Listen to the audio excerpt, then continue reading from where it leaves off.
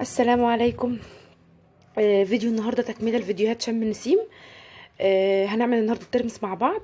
بس قبل ما ابدا ان شاء الله في الوصفه حابه اتكلم عن في الترمس شويه. الترمس نوعين: ترمس حلو اللي هو هنستخدمه في الوصفه النهارده، الحلو او المستورد او السريع، ده بيتقال عليه كده.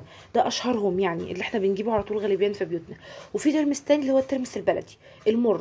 هو بيطول شويه، هو بصراحه اطعم شويه، بس بيطول في النقع وفي المده بتاعته، ممكن تاكليه بعد مش اقل من 4 ايام. اما حلاوه الترمس السريع ده ان هو بيتاكل في يوميها. بتنقعيه وبتسلقيه وبتملحيه وبتاكليه في يوميها على طول. اما الترمس المر لا طبعا، لازم تقعدي كذا يوم تغيري الميه بتاعته بعد السلقه حتى. لازم تقعدي تغيري الميه بتاعته لكذا يوم كل شويه لحد ما يبقى تدوقيه كده، يبقى طعمه حلو فتاكليه. اما الترمس الحلو بيتعمل في ساعتها. فاحنا ان شاء الله هنعمل النهارده ترمس حلو مع بعض. انا جايبه كده ربع كيلو. انا عارفه ان هو كميه قليله، بس هو على قد انا وزوجي. احنا لما بنكتر منه يعني بكتر في الكميه، مثلا اعمل نص او اكتر، بيقعد عندي بصراحه يعني بيبقى رخم في التلاجة. الصراحه انا بحبه كده على قد شم النسيم، ويوم بعده وخلاص. بعد كده ما يعني خلاص نفسنا بتشبع منه. تمام. فانا ده ربع كيلو، انا لسه حتى ما نقيتوش ولا غسلته. انا هنقعه واغسله، قصدي سوري، هنقيه واغسله وهنقعه واجيلكم. ورجعت لكم هنا بعد ما نقيته وغسلته ونقعته بميه. على فكره هو كان ما شاء الله نضيف، ما فيهوش حاجه يعني، هما بس ترمستين كده اللي كان لونهم مغير شلتهم. والربع كيلو ده انا جايباه ب2 جنيه ونص، من عند العطار سايب. وفي انواع برضو ضحى بتنزل منه ترمس مغلف برضو، بيبقى ما شاء الله كويس جدا. فانا جايبه ربع كيلو ب2 ونص، يعني كيلو ب10 جنيه. وعايزه بس اقول حاجه كمان: الحمص يتعمل برضو بنفس الطريقه، يتغسل، يتنضف ويتغسل ويتنقع بميه ويتسلق، وزي الترمس بالظبط. بس احنا بصراحه ما بنحبش الحمص قد كده. تمام. فانا دلوقتي هنقعه واسيبه كده، انقعه كام ساعه كده، وهرجع اوريكم شكله بعدين. بصوا يا بنات، هنا بعد ساعة من النقع، بصوا بقى شكل الترمسية ازاي، مكرمشة ازاي، كبرت شوية بس لسه مكرمشة.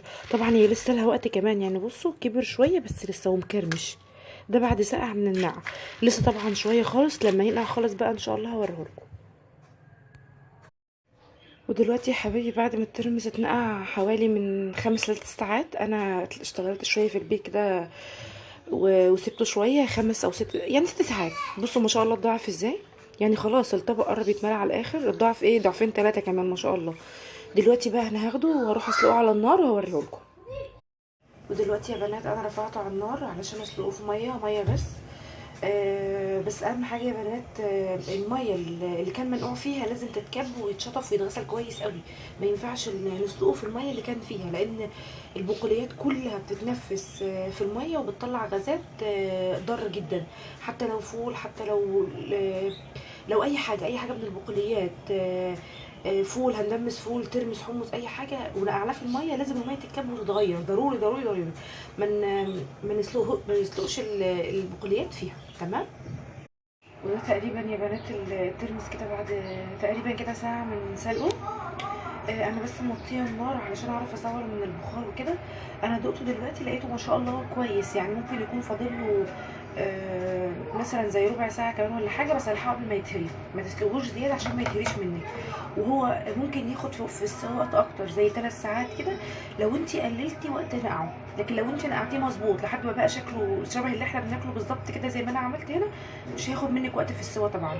هياخد مثلا، يعني انا خد معايا ساعه، ممكن ازود عليه ربع ساعه كمان واطفي. هوريه لكم ان شاء الله بعد ما يخرج من النار. وهنا الترمس يا حبيبي بعد ما طلعته من على النار وغسلته وشطفته كويس وصفيته، هو ده سوا كده بقى مظبوط. دلوقتي انا غسلته وصفيته كويس وسايباه يبرد شويه. وان شاء الله هتيجي بقى ايه، احط عليه الميه والملح، واحطه في علبه واحفظه في التلاجة.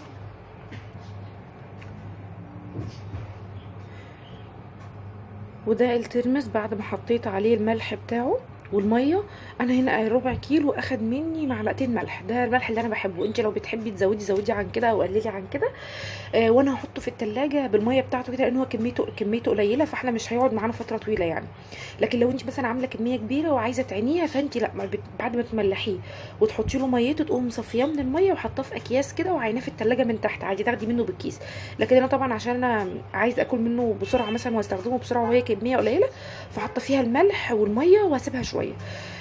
واسيبها في التلاجة كده لحد ما استخدمها.